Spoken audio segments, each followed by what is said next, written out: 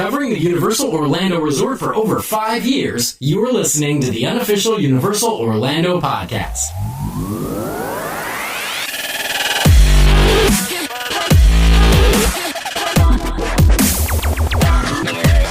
Hey everybody, and welcome to episode 259 of the unofficial Universal Orlando podcast. With me, I have Lee. Hello everyone! And I have Tracy. Hello! And we have a little announcement to make, I guess. This is the first time on the show, right? Yeah, I think he was actually going to tell me he was going to record a little message, but I guess he never got round to doing it. No. Oh, yeah. When true Hunter fashion. Yeah. Hunter is stepping away from the show for a little while. Yes. He's exploring becoming a Buddhist monk, and he has all of our support. Mm-hmm. Yeah, his life is in a bit of turmoil at the moment, so he felt it easier to just step away, get things back in order, and then come back when everything's sorted. So, yep. Yeah. So we'll keep your seat warm for you. Yes. Yes, we will. It'll be warmed by somebody else next week. And somebody else the week after. Maybe. Depends how much money they send us. Yeah. Yeah.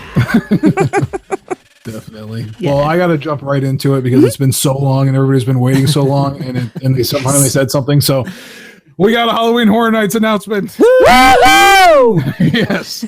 Ash versus Evil Dead. Strong man. Will officially be coming to Horror Nights this year. Absolutely devastated. Yeah, gutted.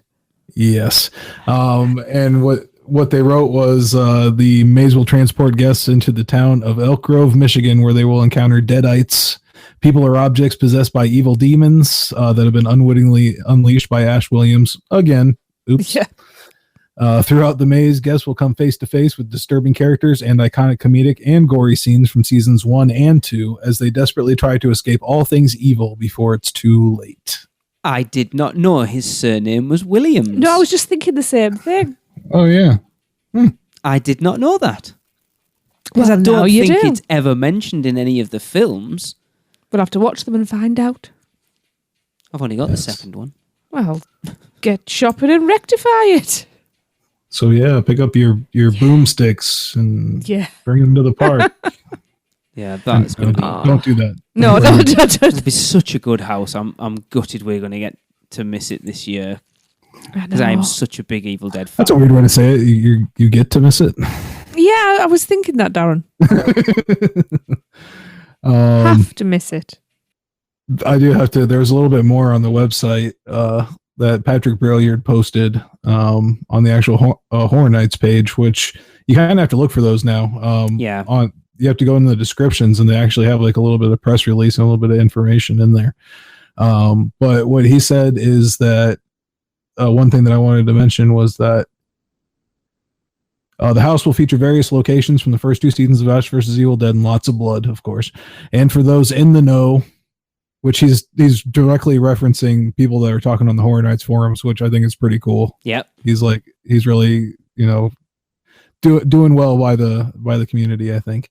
The answer is yes, we will be going back to the cabin. Awesome. They have to. I know. And Darren's just had it all spoiled. Oh, what? Okay.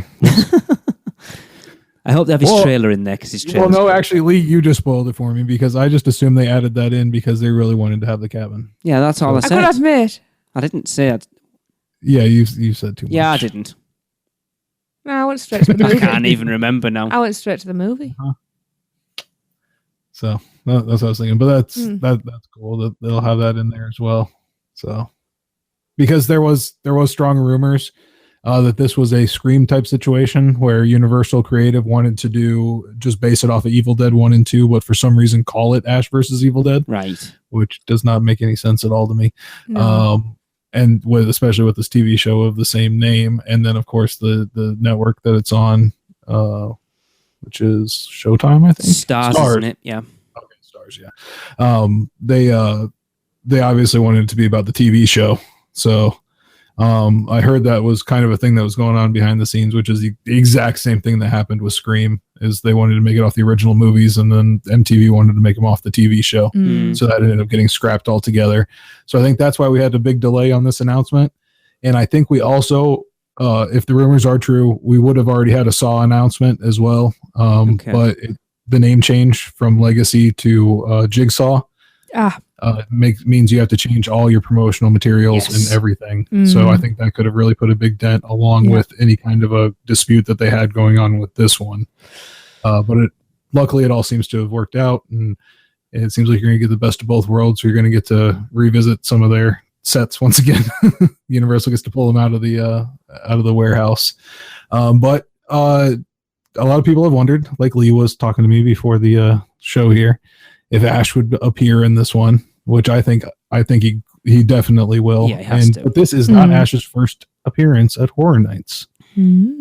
Ash originally appeared in the Silver Screams house. It was one part of the Silver Screams had Ash with the chainsaw hand there. What year was that, Darren? I don't know. Not that much of a story. Well, I'm going to look it up.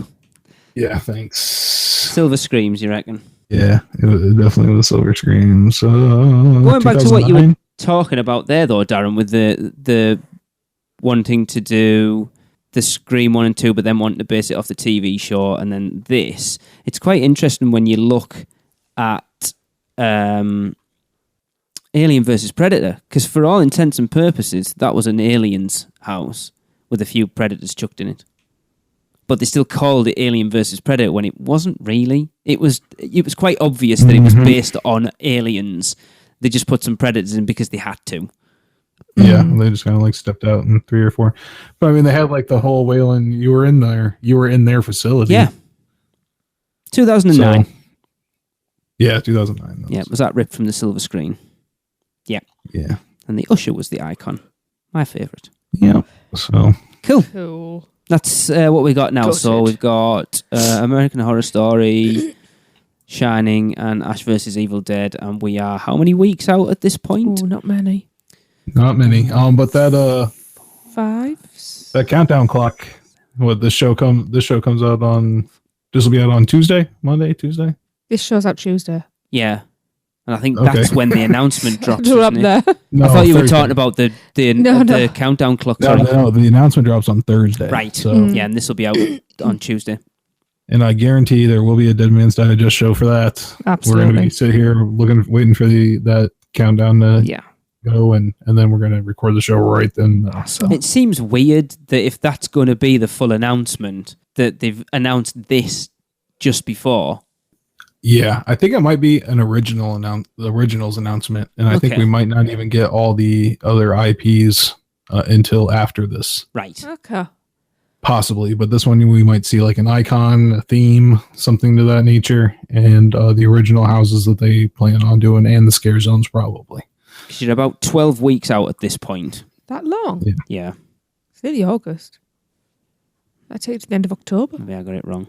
Yeah. So We're on like 1, 6 or 2, 7 3, weeks. 4, 5, 6, 7 weeks then. Yeah. Yeah. I was going to say. Yeah, 7 weeks, sorry. They're nearly over 12 weeks. 7 weeks and we've only had 3 announcements. Jesus. Wow. Yeah, it's pretty crazy. It's kind of like I thought this is like the longest they've gone with the smallest amount of announcements, but if you look back like way in the past, they used to do this. They used to just wait and do a full reveal towards the end of August when people weren't really that into it. Mm-hmm. Exactly, and they didn't have all these like or a lot of IPs, and the IPs that they were using were just like not things that had new projects or anything. Like they weren't promoting anything. So, like I said, the first year we went, there wasn't a single IP. Nope. You think back to those days, they did IPs, but it wasn't an IP. Yeah. It was like, right, we're going to base one on The Thing, but we're going to call it The what? a similar. Yeah. Yeah. Your favorite Thing movie. Yeah. Yeah. I wish I could remember more about that.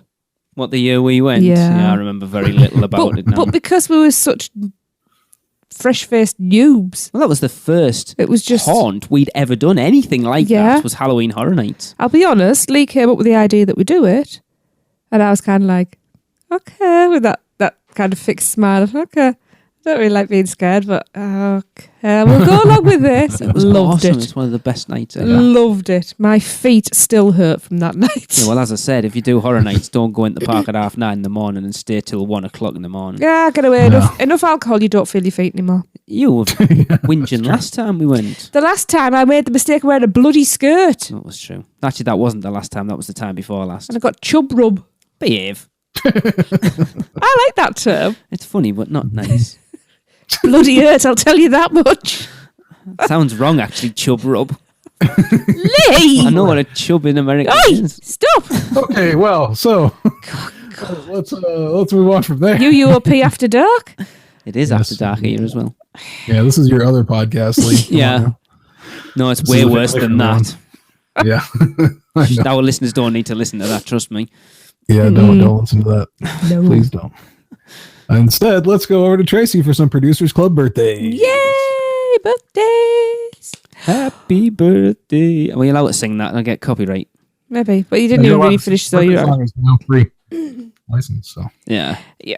So we have 4 birthdays. Oh, and it's a girls' club this month. It is. It is. And we have birthday twinsies. We do. On August the 6th, it's Nina Thompson's birthday. Woo! Happy This is birthday, where Darren goes, Nina. oh crap, is it? It's all right. I knew this one. Happy birthday! August 8th. Yep, Yes. August 8th. Happy birthday, Nina. Yay! And also on August the 6th, it's Ali Schilberg's birthday. Woo! What would have Yay, been the happy best birthday. birthday birthday, Ali. present for Ali would have been Hunter to say her name, because I promised Ali that that Hunter would always pronounce her name because he doesn't really know how to. I don't understand why not. because he's an idiot. Well, this is true. And then 4 days later, on August the 10th, it's Gillian Dunn's birthday. Happy birthday! Happy birthday! Happy birthday! For And- that, you get to complete the Universal Challenge again. Yes. And finally, on August the 13th, we have Holly Cotter's birthday. Happy birthday! Happy Yay, birthday, happy Holly! birthday. Woo! So happy birthday, girls. Have a fantastic time. And I suppose just tagging on the end of that, we've got an anniversary as well, haven't we? Oh, yeah. Yeah, we keep forgetting. Yeah. It's Manly's wedding anniversary on the 4th. Yeah, our 250th wedding anniversary. Feels like it. Love you too, dear. 17 years. 17 years. I said it wouldn't Wow. last. It might still not. Half my Yeah. life. And they don't listen, but it's our kids. Jade's 13th on the 8th, 8th. and Raymond's 18th on the 2nd. Yes. But they Aw. don't pay, so they shouldn't really They get don't any. even listen. Yeah, They don't- exactly. They just take. Who? Yeah. Yes. So yeah, Those people spending your money and living upstairs. Yep. Yeah, those people that stop us going to Florida every year. Happy birthday to everybody. Yes, happy birthday. All right, now let's go over and join Maureen on the Nuthouse Coaster. Hi, this is Maureen Deal from Autism at the Parks, and I'm reporting for the unofficial Universal Orlando podcast. And today I'm at Universal Studios, Florida, inside the Woody Woodpecker's Kids Zone. And right now I'm standing outside, just outside the Woody Woodpecker's Nuthouse Coaster. And this is I would call it a kid coaster. It's a lot of fun for everyone in the family. There are some limitations that and restrictions that they have posted outside the attraction.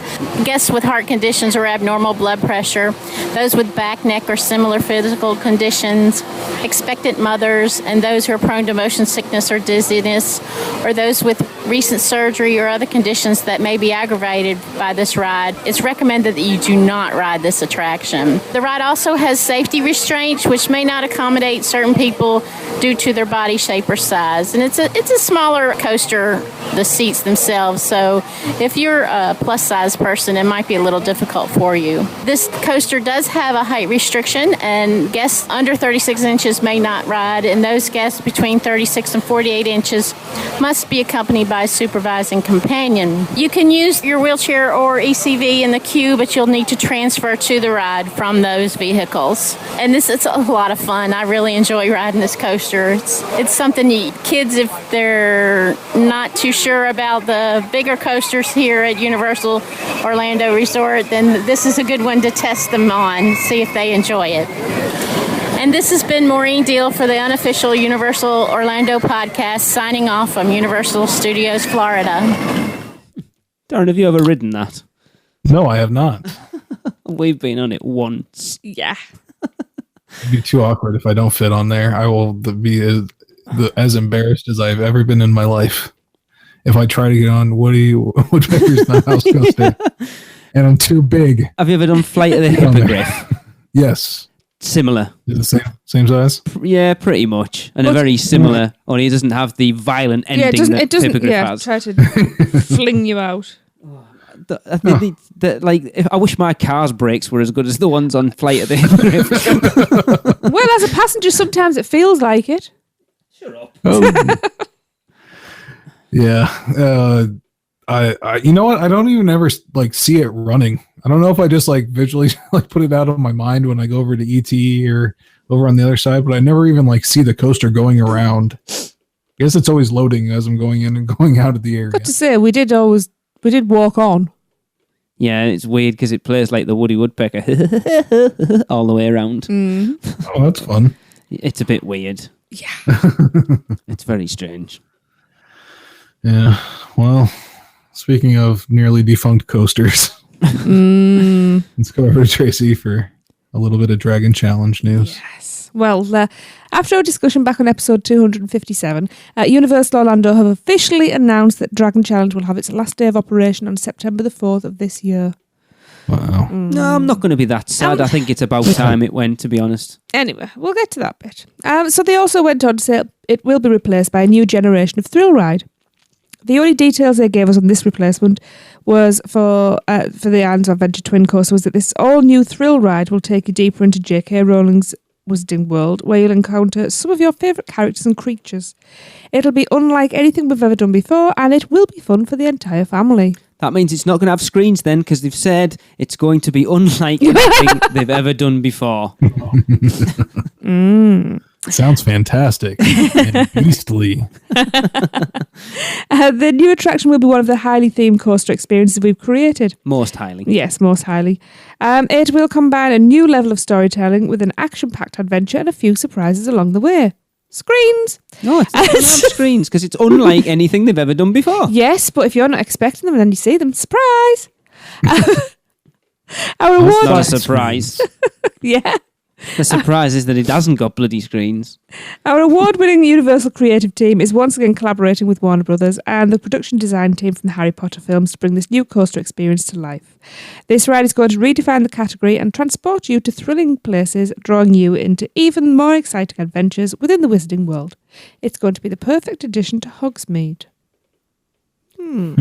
I think this is going to be that Mac coaster. I think it I has hope to be so. what we talked about before. I hope so. Now, as you said, you're not that upset. It's not the coaster it was. If it has still been dueling at this point, then I think we might have been having a different conversation. I agree. As far as I'm concerned, it's well past its sell-by date.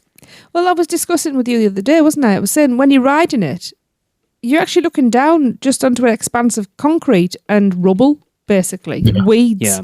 So When you look at the theming that everything else in Hogsmeade has, that is weak. it's appalling, to be at fair. best. And since it stopped dueling, yes, they've themed it to Harry Potter. You can walk through the tent, which is a bit dark, so you can't see anything when you've got sunglasses on. And of course, I've got the authentic metal detector and stuff. Do they not have them in the Wizarding World? No. All right. I could have swore they were in Harry Potter and the No, they warned you. Harry Potter and the detectors. Chamber of Metal Detectors. Yeah. There you go. The rules requirement has everything you need. When it was dueling dragons, yes, outside there wasn't all that stuff to look at, but when you got the interiors, it was just stunning. All the little things. You know what I'm talking about. There was Yes, that little queue was that queue was fantastic. amazing. Again, it was a themed queue before themed queues were Yeah. a thing. And because that was so heavily themed, the outside looking around part, like the down the ground portion, that didn't really matter. You were about the ride and the near misses. But once it stopped dueling, you're looking around. I found myself looking around. You know, I'm enjoying the ride, but I'm looking around as well, rather than looking for where's that coaster? When are we gonna? I'm still sure that little pondy thing in the bottom of it is shaped like a dragon. I don't think it's a pond. I think it's a puddle. No, I think it's supposed to be there, and it's shaped like a dragon. I'm sure I've heard that before. Yeah, it does ring a bell. Does not look like a dragon to me. Yeah, it probably doesn't now because he couldn't give a crap about it with all the weeds and stuff growing out of it. Yeah. And when you go on it, you ride half a coaster now. Exactly. And there's not even, you have to go all the way out to go back in to ride the other side now. No, you don't. You do? No, you don't. We didn't. That cut through still there. No, it's still We there. got sent out. No, we didn't. No, I wasn't with you, you loon. Jade wasn't riding the time I'm talking about. Oh, Jesus. That was 2009 then. Didn't walk all the way out. No, it was 2013, sorry. I ducked under the barrier. I don't even remember doing it back then. But when you look at the expanse of land there, Oh, it's huge.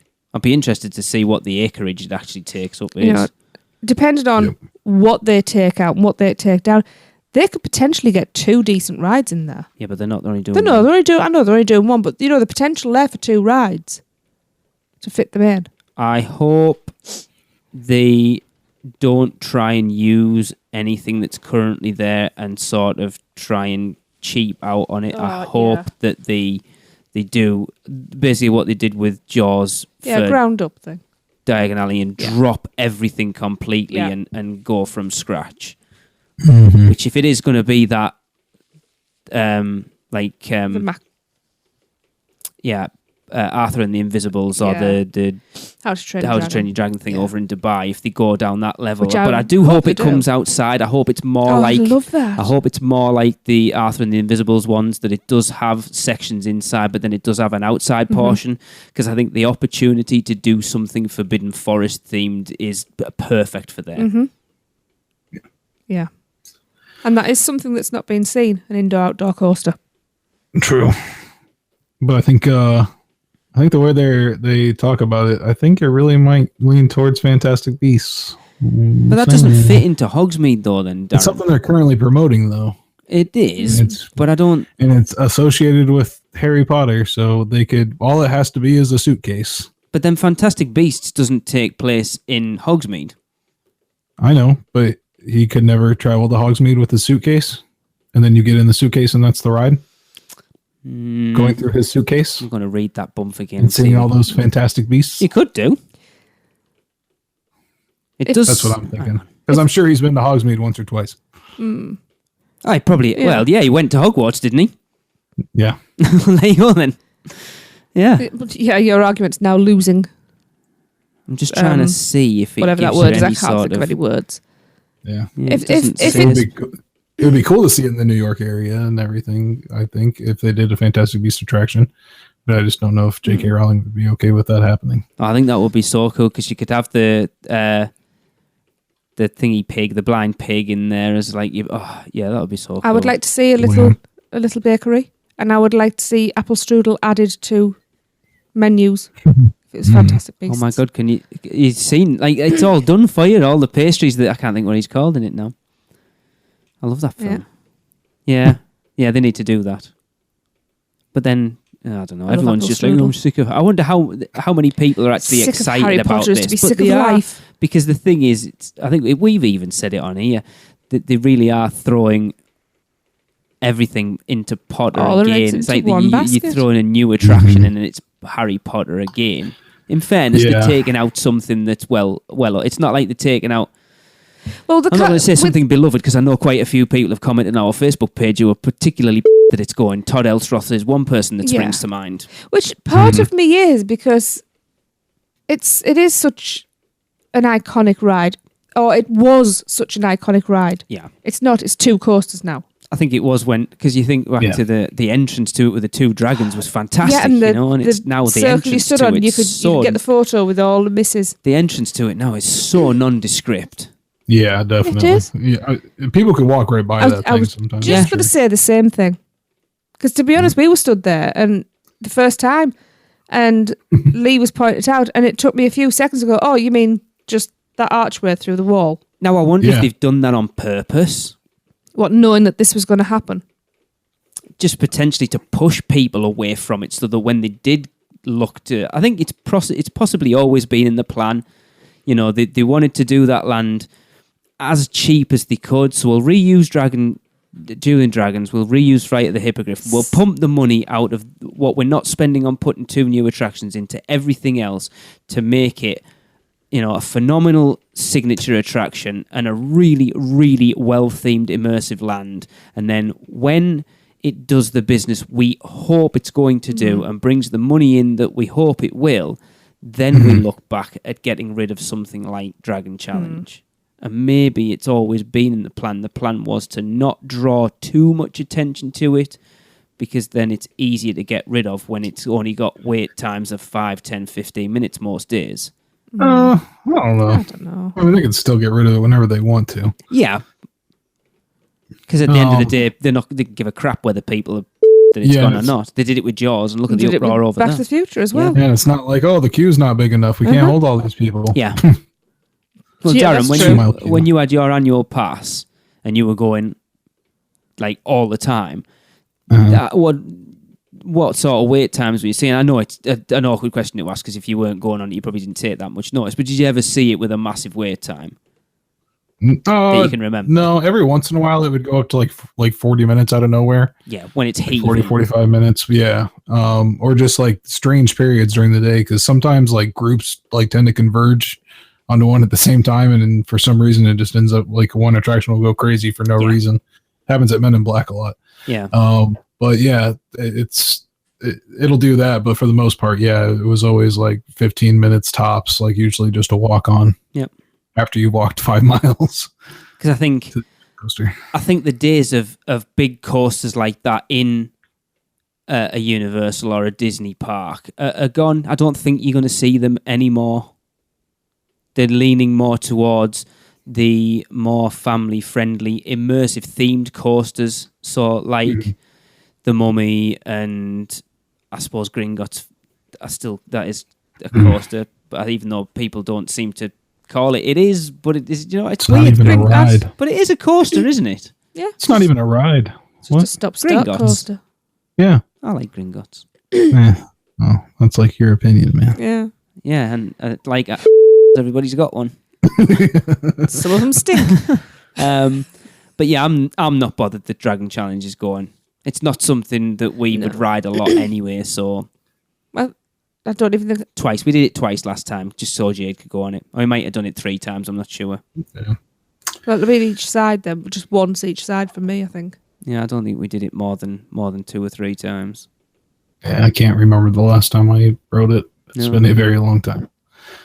And it's not because it's bad, it's just like... Don't want to walk a million miles. And just not bothered, Yeah. I'm getting old as well. Can't do courses like I used to. It's the whole thing. You got to put everything in a locker, and to want to do that, the attraction's got to be good, like really good, I think. Yeah, and those lockers are just as bad as the Forbidden Journey ones. Yeah, I think that's another reason why you can't even tell there's an attraction there, because those lockers are so well themed and hidden that it's just like the train station. It's not the easiest thing to find when you're going in there. So it's funny though that we literally talked about this like 2 episodes ago, quite in depth. That it's like, well, we're hearing that the rumors for Dragon Challenge going are really, really strong. They're that strong that in 2 weeks' time, guess what we're reporting? It's going. Yeah. Yep, it's out of here. See, it's also the thing about with the metal detector, which I understand why the metal detector's there, and I agree. But when you're going through and you've got sunglasses on and the prescription glasses and you need them so you don't actually fall over or walk into a tree, and the glasses are on a strap that you've worn on every other ride, and you're actually having an argument with the security guy who you've already seen once before about going through with glasses on. That was a bit much. So that was actually my last taste of. On the other hand, I see people with sunglasses all the time, like on Hulk and stuff. Weird, isn't it? Past security. Yeah, and mine are always. I always have the glasses strap on because with them being prescription, I need them. So I'm going to make sure they're stuck to my head. Well, yeah, we were watching a Tim Tracker video the other day, and he was going through Marvel Superhero Island, and he showed that he commented on the fact that you're not allowed to take anything on, yet the big nets underneath were full of sunglasses and stuff. Yeah, and I always see, I always see people wearing sunglasses past the security point, which is really weird to me. But those nets are there to save you from little things falling on you. So let's move on to the little things with Seth Kaversky. Actually, I think one of these is a big thing, but we'll get there. Hi, this is Seth Kabursky from the Unofficial Guides, and I'm back with a big new edition of all the little things that are new around Universal Orlando Resort. First of all, before we even get onto Universal property, there is a new traffic light located at the corner of Major and Grand National. This is the intersection that is just east of the main Universal entrance on Kirkman Road. If you are used to getting off of I-4 at the Kirkman exit and taking that entrance into the resort, it's the quickest way to get to the Portofino, the Hard Rock, or the valet parking. Keep an eye out for that new traffic signal. The traffic signal is at a corner that will eventually lead to International Drive near Fun Spot and the Premium Outlet Mall. The connecting road isn't open yet, but the traffic light has been installed, so like I said, keep an eye out. Okay, once we get inside Universal Studios Florida, you may notice that the wait time tip board near the front entrance of the park, which displayed the wait times for various rides around the park, has been disconnected and replaced with a static sign referring guests to the app available on the Apple and Android stores. I'm not sure if this screen is maybe just under repair and going to come back soon, but the replacement sign looks sort of permanent. However, the digital wait time boards in other locations around the park, such as over by Mel's and by Diagon Alley, are still operating. In other screen news, the Coke kiosk over by Men in Black has gotten its Name Your Bottle feature working again. There's a pad inside where you can type in your name, and the large digital screens will display a CGI Coke bottle with your name on it. The Name Your Bottle feature, which is free, was disabled for a while, probably for technical reasons, but in case anyone was interested in it, it was back up and working again on my last visit. Continuing around the Universal Studios Florida Lagoon, work is continuing on the Fast and the Furious supercharged facade. There's a very nice brick building which has been stained and aged with all sorts of rust and grime, and it's starting to look pretty lived in. It's a really huge building.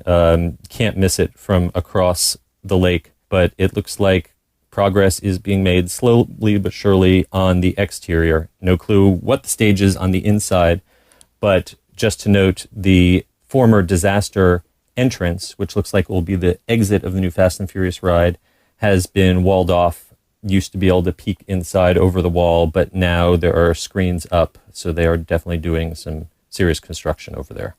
Over in the New York area, the craft beer truck that has been located in the New York area has gotten some attention online lately. If you are going over there to check out the craft beers, please be aware, one, they are only canned beers. There's no craft beer on draft from that cart. And the cart closes at least an hour or so before the rest of the park. So if you want to get your drinking in, make sure you make it over there before park closing. And one last note from Universal Studios Florida, New York area, at the Jimmy Fallon attraction, the speakers in the lobby are finally working. The first floor of the attraction, which uses the virtual queue system, is a museum of past and present Tonight Show hosts. And there are speakers hanging overhead that were supposed to deliver the audio from these museum-style displays directly to the person standing in front of any particular window. The speakers weren't on when the attraction first opened, but I noticed they are now. So if you're a fan of, say, Johnny Carson, you can park yourself there and listen to some old clips.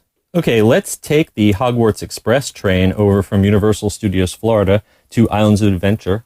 And I just wanted to confirm something in case you were wondering. Hogwarts Express, each direction counts as a separate attraction for Universal Express. If you have the one use per ride, that means you can ride the Hogwarts Express one time in each direction using your one-time only Express Pass. I was able to use it with the After 4 Express with my Premier Annual Pass, and it worked just fine. Cool. While we're in the Wizarding World of Harry Potter, over in the Forbidden Journey ride, they have tinkered a little bit with the way that Express works at that attraction. Universal Express was added to Forbidden Journey not too long ago. Originally, they made the Express and the standby guests both walk towards the greenhouse, and then Express guests would make a U-turn near the greenhouse and head back towards the entrance before accessing the proper Express lane. This has been shifted around a little with a team member positioned closer to the entrance, instructing Express guests more directly towards the stairs for the private Express queue. Sad to report, though, that the castle-only tour is still not available for guests without Express. If you ask for it, they will simply direct you to stand and wait in the standby line. And last but not least, there's good news and bad news over at Volcano Bay. The good news is if you are one of the few people who managed to purchase an Express pass to Volcano Bay before they stopped being available for sale, that Express pass now includes the Krakatoa Aqua Coaster. They've shifted around a little bit which attractions are available with that Express pass. However, don't get too excited because Express is still not available for purchase. If you did not purchase it back when it was initially available, you still cannot buy one now, and Express is still not included with hotel stays at Universal. Finally, I am sad to report that some of my favorite food items that were introduced with Volcano Bay seem to have been discontinued this week. Among them, the excellent ahi tuna poke, and the taco samplers, the hot dog pretzel rolls, some of the more exotic burgers, including the edamame burger, have been removed from the park and replaced with more typical fare like nachos and bacon cheeseburgers. I am hoping that this is maybe a temporary change to see how the public reacts. Feel free to call guest services and demand the return of the ahi tuna poke if you loved it as much as I did. Okay, that about wraps it up for this edition of All the Little Things. Till next time, I am Seth Kabursky from the Unofficial Guides, Touring Plans, Orlando Weekly and Attractions magazine, and I'll be out looking for all the little things around Universal Orlando. Hang on, Darren. Give us poke. Just step back or a second. feel our poke pitchforks. Just step back a second. I'm just gonna get the soapbox out for you.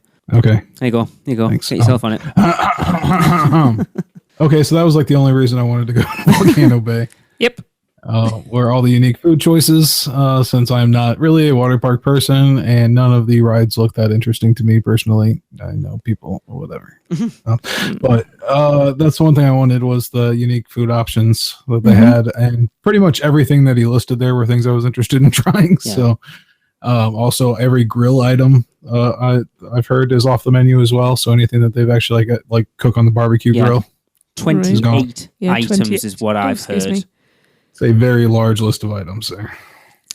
I haven't had a chance to look at the list yet. I'm wondering how many vegetarian options have been removed. It just seems so weird when it's not like we've heard bad things about it. You know, we've heard plenty of bad reviews about Volcano Bay, but the one shining glory of that park has been the food. I suspect this was always going to happen. They put a massive array of foods on always with the view of maybe halving the amount to the most popular. Well, I said this about Toothsome. Darren, I need you to go back to Toothsome at some point. Because I know your original review, you said the menu was huge. And my thoughts on it at the time were potentially they've thrown out this massive menu, they'll give it 6 months to a year, and then tone it down to the most popular. I'd be interested to see if that's the case. But I haven't heard anything. Whereas Volcano Bay is, it hasn't even been open a month, has it? Or barely a month. And some might say it's not really been open at all. To certain people, it's not open. Like anyone wanting to go after 10 o'clock. It just seems weird. Like I say, like Chris last week said the food was phenomenal. Yeah. And it's like, that was your main draw. You did a ton of blog posts about it. Yeah. Well, what are you going to do? You going to go back like on the Universal blog and just like delete those and be like, that never happened. No, try our bacon cheeseburger. That is the same as every other bacon cheeseburger on property because they're all made in a pit somewhere and delivered. Yeah. Here's the reviews before now, right? Wait times, couldn't get on any of the slides, was totally bored, but the food was awesome. Yeah. Now the reviews are, park was couldn't get on anything because we were waiting for ages. We were bored out of our brains, left. Yeah. I don't see what the point is. There's no benefit to it. Not at all. I really don't think. People, I don't know the thinking behind it. No, I'm not understanding it. For all I love Universal, I do question some of their decisions at times. Yeah. They need to compete. Everyone goes to Disney and says the food at Disney is phenomenal. It's not. It's all right. I have this conversation with Craig Lucas all the time that everyone raves about. He'll say that Lou Mangello goes on, oh my God, the chicken nuggets from here are the best chicken nuggets ever. And it's like, well, they're not, because they're the same chicken nuggets that they sell everywhere else, because they just get the big bunch of chicken nuggets in and they just spread them out all over the place. But everyone says how great the food is at Disney. And I think with the exception of Epcot, it's average at best. And Universal need to compete with that. And I think overall, in the last 5 years, they have, with Vivo and Antihitos and Cowfish, depending on when you go, and Toothsome and stuff. They really have. And then doing what they've done with Volcano Bay, everyone was like, right, they've really stepped it up at this point, because that's stuff that you can't get anywhere else but Volcano Bay. And now they've wiped out the menu. I don't understand with what's wrong with restaurants having signature dishes rather than everything being the same stuff that's churned out.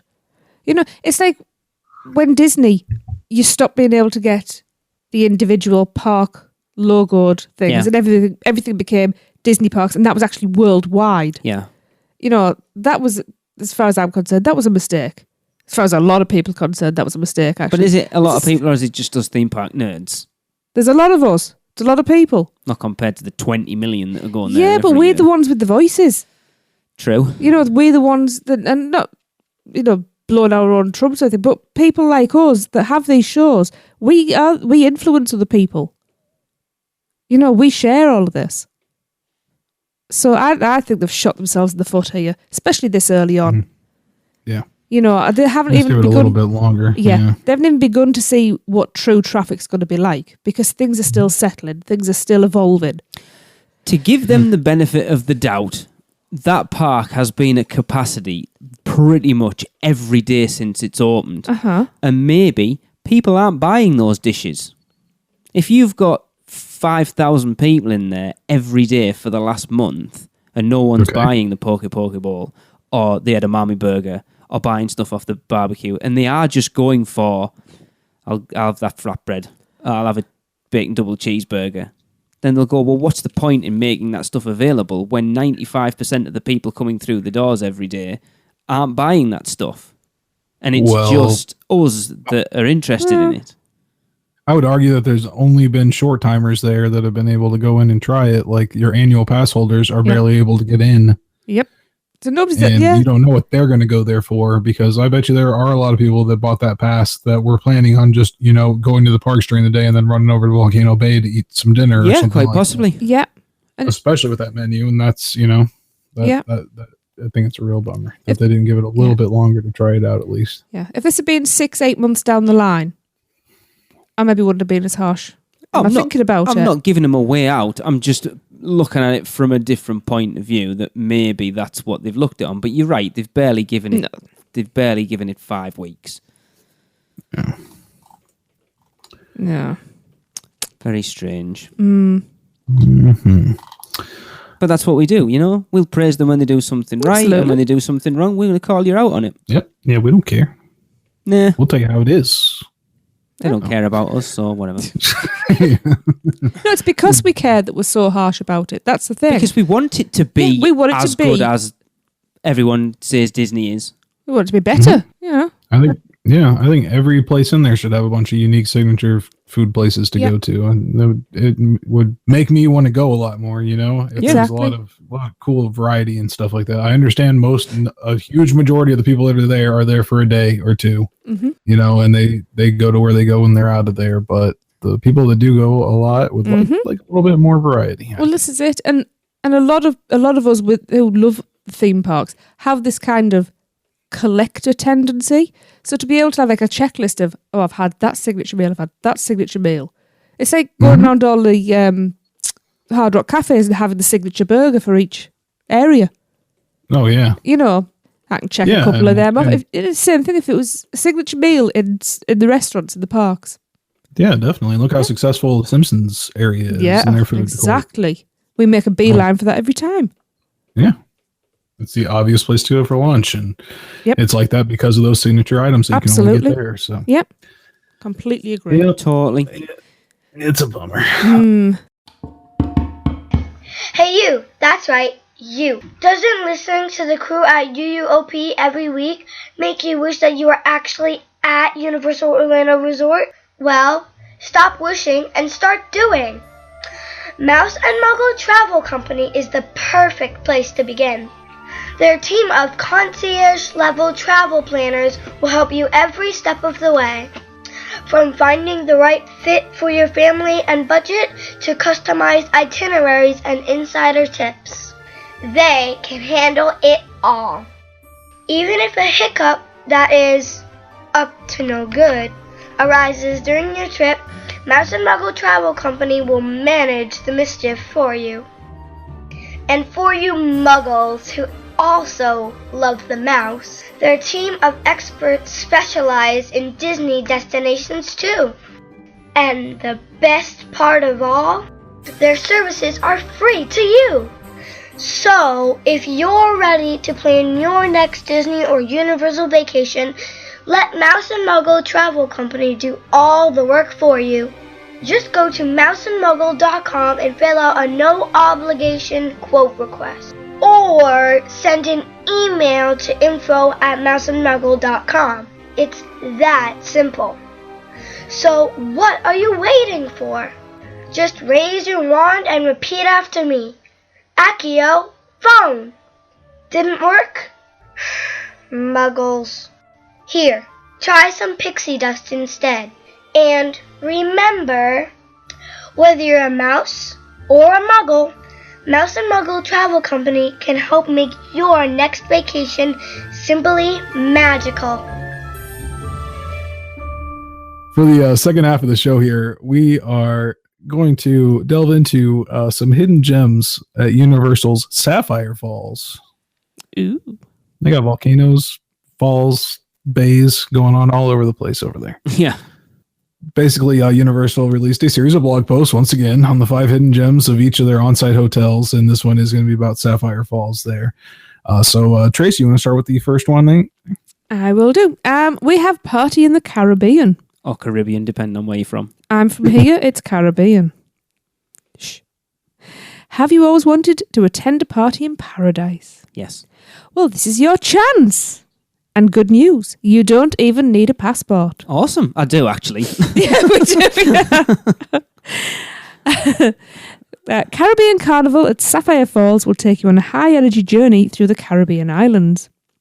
The family-friendly dinner show includes authentic dishes, yummy beverages, jamming island music, and fun dances that will make you want to conga all night long. All night long, all night. Oh my God. Showing your age. I don't even know, did it?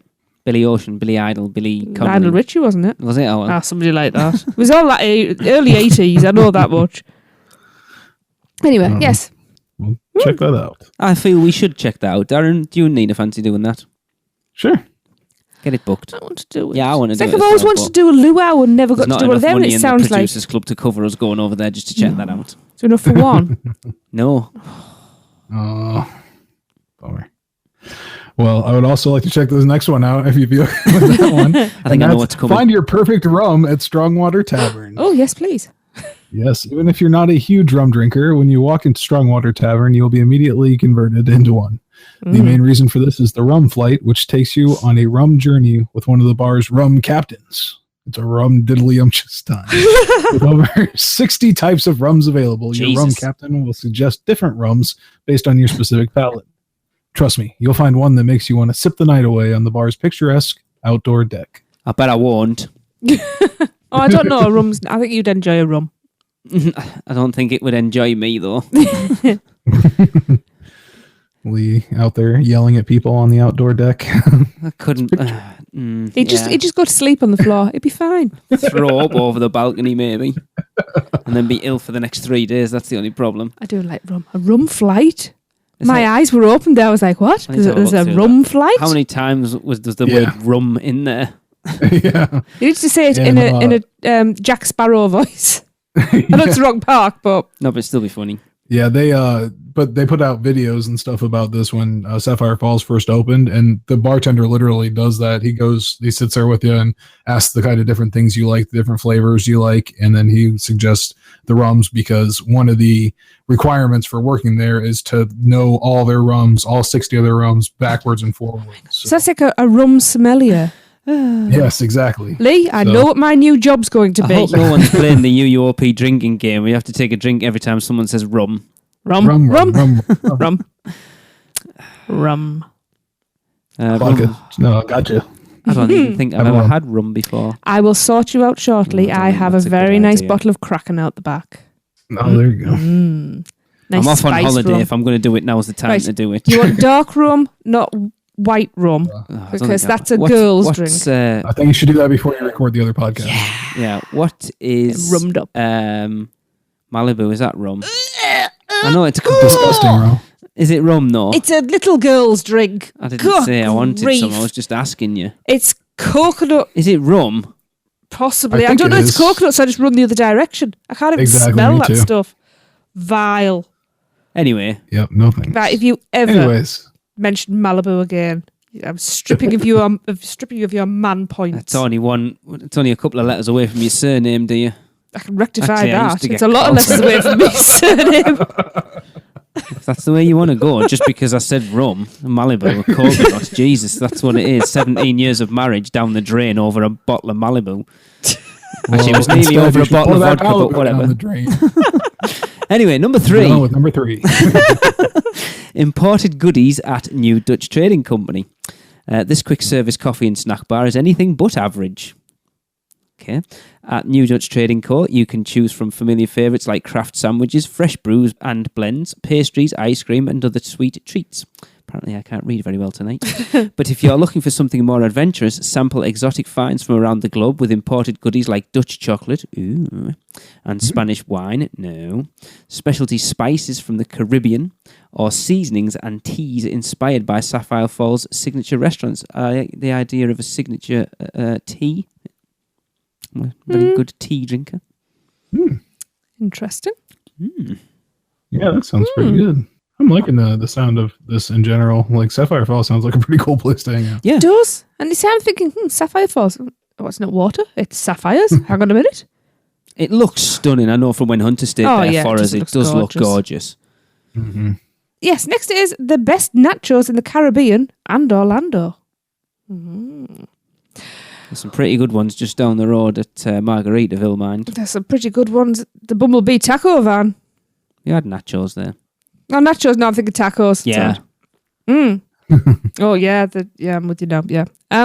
What's better than lounging by the pool? Anything. Yes. Lounging by the pool with nachos. Actually, lounging in a pool of nachos. I would... that'd be me happy. Darren too, by the sound of it. Yeah, I don't Enjoy know. our nacho pool. Yeah. I don't know who wrote this, by the way. It wasn't me. As a self-proclaimed nacho aficionado, I can confidently say that nachos from the Drum Club Canteen Pool Bar are the best I've tried. I've never been. Topped with black beans, cheddar cheese sauce, sour cream, pico de gallo. I always want to say guacamole. Guacamole. And optional chicken or beef, or both. There's no judgment here. These nachos are the perfect poolside snack. They do sound good. They do sound good. But I wouldn't want to eat them by a pool. No. Nachos aren't a good poolside thing. I don't think I'd want to eat anything by a pool, to be honest with you. Right? I eat ice cubes by a pool. I don't know. So just cannonballs as you... Yeah. Yes, I think we need to get Lynette Wagner out there to check that out for us. Yeah, sounds like a plan. She's our nacho expert. So. Okay. But yeah, always a fan of a good nacho plate there. Yeah, I love nachos. Hopefully We all do in our house. air conditioning. That would be nice. Yeah, I'm with you. Away from the urinated in pool water. Well, speaking of, let's talk about number 5, a pool that's unlike any other. I bet it's not. 100% urine. No, that's every other pool. Many people would argue that the pool at Sapphire Falls is the best of any Universal Orlando on-site hotel. For starters, it's the largest resort pool we have, so there's plenty of room for the entire family. To pee in red. The water slide is so much fun that you'll see both children and adults taking a ride. Well, my favorite is the zero entry sandbar that you can wade in really quick if you have to take a pee. You just sit in it. It looks like you're walking on water, and you don't have to walk all the way around the perimeter of the pool to get your nachos at the Durham Club canteen. So they actually have a sandbar in there so you can walk through there, use it as a thoroughfare to get to the other side. Yeah, I'm sure Todd stayed there when it first opened, and he did a Facebook Live from it. So yeah, that's pretty cool, actually. Yeah. I'm not a massive pool person, to be honest. I can't think of anything worse than just sitting round, to be quite honest. I just find it boring. I always say we've spent all that money. If I want to sit down, I'll do it at home. Yeah. I've spent in excess of £6,000 to go and sit by a pool. I can do that, are you? Yeah. I'll sit down in 2 weeks' time on the plane home. Yep. My mom's house when I was growing up, we had a pool that I never went in as a kid. Until the apartment complex we have never been to the pool. Yeah. I'm not a big pool person, especially a community pool on top of everything. It's just a big bath for you and the neighbours. Yeah. Just a breeding ground for every bloody bug and virus and What's like hot amoeba tubs? you can think of. I don't get hot tubs. Why would you? You wouldn't invite your neighbours round and say, "Hey, come round Fancy having a bath for a bath. Let's have a bath and a beer." If you said I that, don't know. You might be. It depends what your neighbours are like. if you said that to your neighbour, or do you want to come round for a bath and a glass of wine? They can't look at you. Swinging. But because it's outside, it's inflatable. It's acceptable. Yeah, it's kind of I weird. just don't get it. No, I don't. Yeah. I like to make a marinade with you guys. It's a lot of fun. Hey neighbour, would you like some bubbles? No, I don't get it. I don't even say to my neighbours, "Hey, would you like to come round for a cup of tea?" It's like, you looked at me. So we encourage everyone else to spend a lot of time though in the pools and things and stay out of the parks. That's why they're there. Yes. Yes. You haven't lived until you've peed in a pool. Go try it. It is my bucket list at some point to stay in. No, I've done that. From the outside of the pool. To stand top of the slide. I would like to do that. Like the in-between is where you take a dump from the top of the slide and watch it slide all the way down the bottom. That would be funny. No, to stay at all the on-site hotels. We've got, 2 of 5 at this point? Yeah. I got 2 of 5 as well. Yeah, but you live there. We don't. You just live. You know what I There's mean. a broom closet. Bless him. Where's Hunter? Has Hunter done Sapphire Falls? Was that? I'm sure. Is that right? Yeah, When Hunter did Sapphire Falls, that's the first time he'd stayed on site. Is that right? So, yeah. Yeah, I believe so. Yeah. So we've got 3. 4 out of 5 between us. Mm-hmm. Yeah, because Darren stayed at Cabana Bay yeah. and Royal Pacific. Hunter stayed at Sapphire Falls and we've stayed at Hard Rock and Royal Pacific. Yeah. So we're just missing the Portofino Bay. I volunteer as I was tribute. going to say, I'll do that as well. And I'll then make that sacrifice. And then you've got Aventura opening soon. That's again, was watching one of Tim Tracker's latest video the other night. They are rattling that thing up. Yeah, can't wait for that one. That looks really cool. It does. Yeah. But it's Interesting right. shapes. I know they commented that it's very, very close to the road. It'll be soundproofed. Because they've already started putting the glass up on one section of it. Yeah. You know what? That's cool. I think I like, and the way that it's set up is like kind of like a Metro City hotel. Yeah. It looks like modern, laid back, and it makes sense to have that. If you're going to have that, if you have to have something by the road, to have something like that by the road, so it kind of gives you that like city feeling at night when you see the cars. Point. Yeah, that makes sense. Where all the nice red lights stop there with the brake lights. Yeah. Because there's an inevitable crash on I-4. So. Whereas the other ones, like a Royal Pacific or a Portofino, you want to be immersed in where you're staying, so you need them to be away from. So yeah, that makes sense. Yeah, I would prefer a view from there that looks out the other way, but just for something different on site. It's Not a swamp. interesting. Yeah, Yeah. yeah. Anything but the swamp. Oh, the basement. I don't even think I looked out of our window. They should just put a little Shrek animatronic that pops out every once in a while there Yeah. for us at least. Royal Pacific was pool view, Can't remember. but it was dark, so we didn't actually see it. And the Hard Rock. Yeah. And the Hard Rock was over the. You could see a roof with aircon units, and that's where they emptied the bins. Awesome. Because I heard that at 5 o'clock in the morning. Oh, nice. Cool. Lovely. That's what you get for $350 a night hotel room. Now, what you get is an unlimited express pass. Pretty Yes. much. Yeah. And paper sheets. The thing I was amazed at the Hard Rock is the music. Like, they pump music all the way through the corridors. Mhm. But yeah, as soon as you shut that hotel room door, bang, gone. Yeah. You can hear the noisy going past at 5 o'clock in the morning. I don't care, the noisy woke me up. Don't forget, I'm on edit and I can bleep this out, but oh, God. And yes, they overstarch their sheets. Oh. And when you've got a child that wriggles all night on these Long, beds, all night.